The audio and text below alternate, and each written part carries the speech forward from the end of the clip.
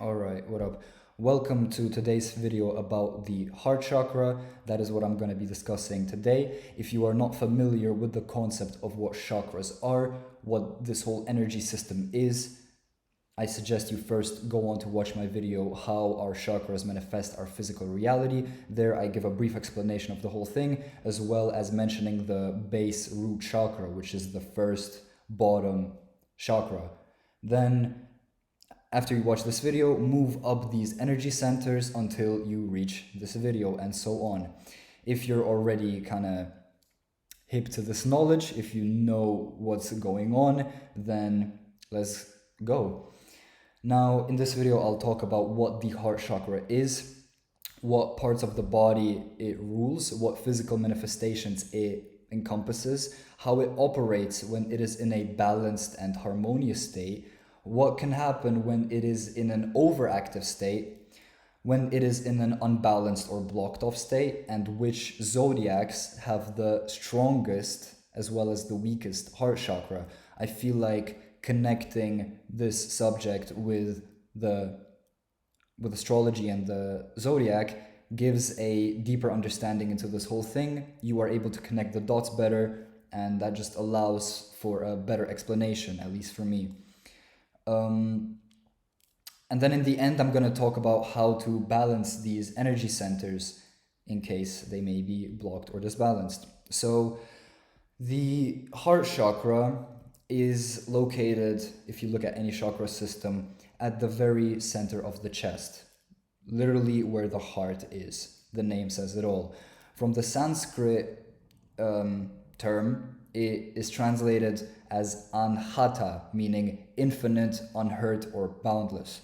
It is the middle, the kind of bridge between the lower physical chakras and the higher spiritual chakras.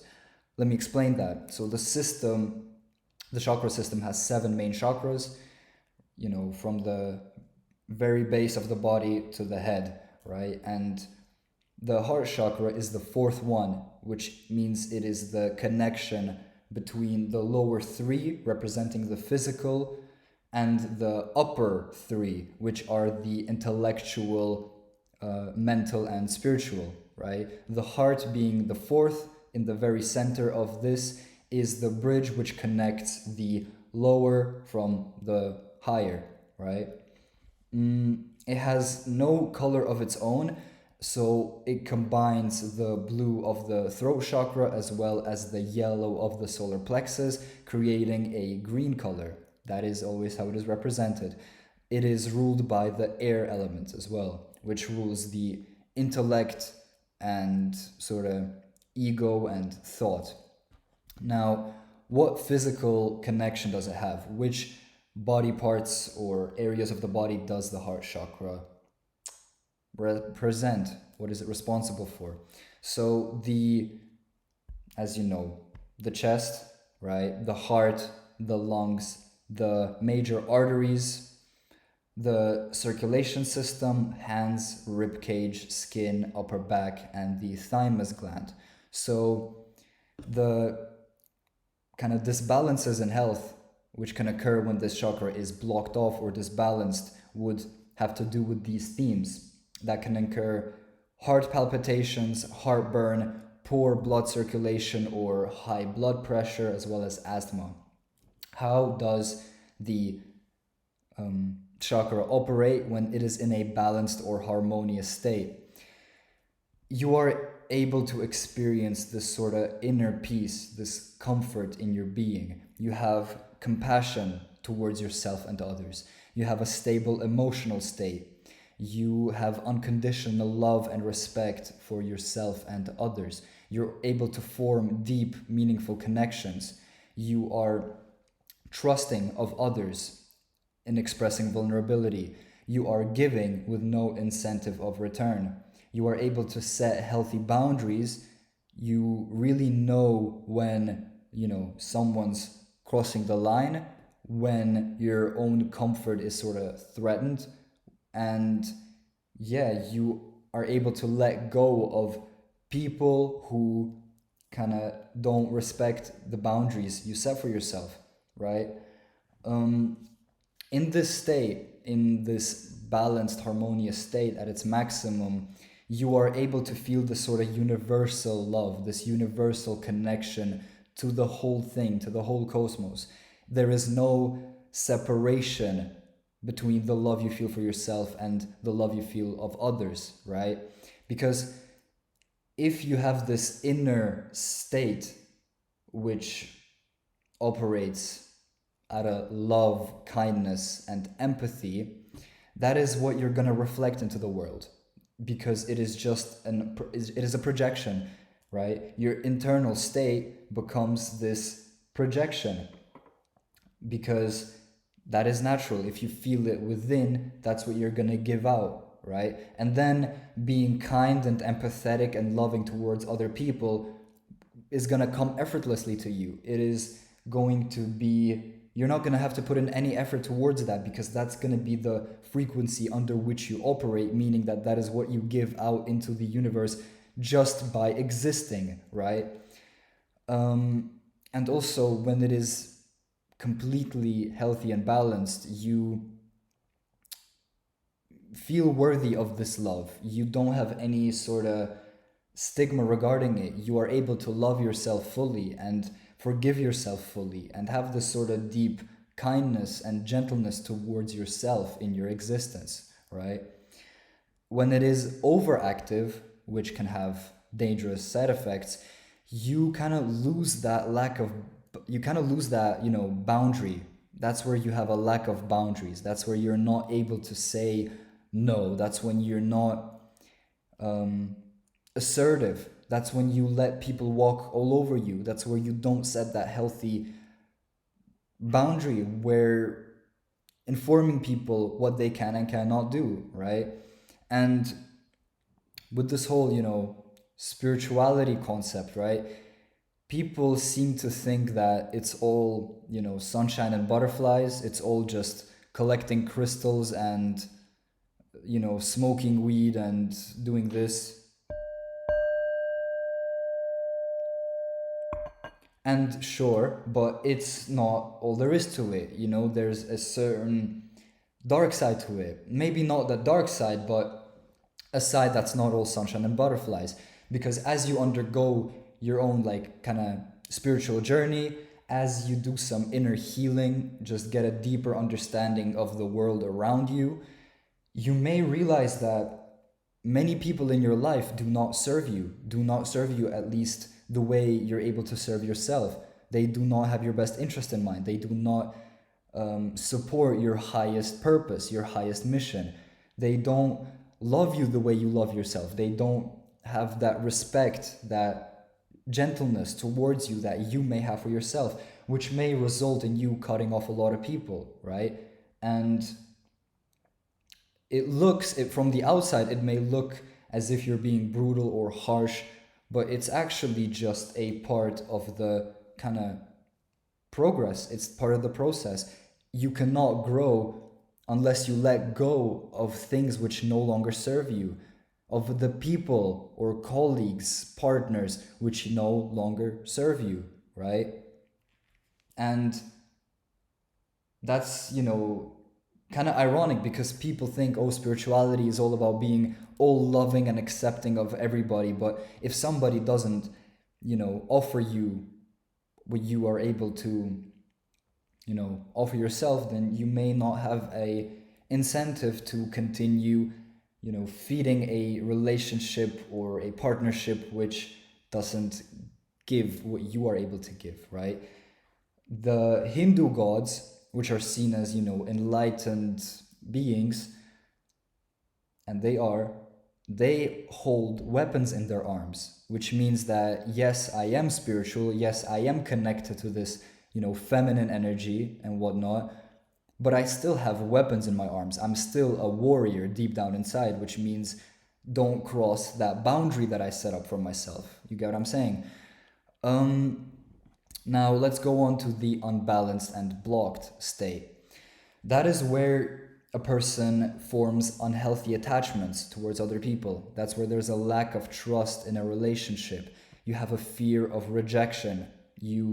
Because you don't have that worth inside yourself. You don't accept yourself, which means that it is gonna project into a state where you fear being rejected by others, right? That all comes from the lack of self-worth, right?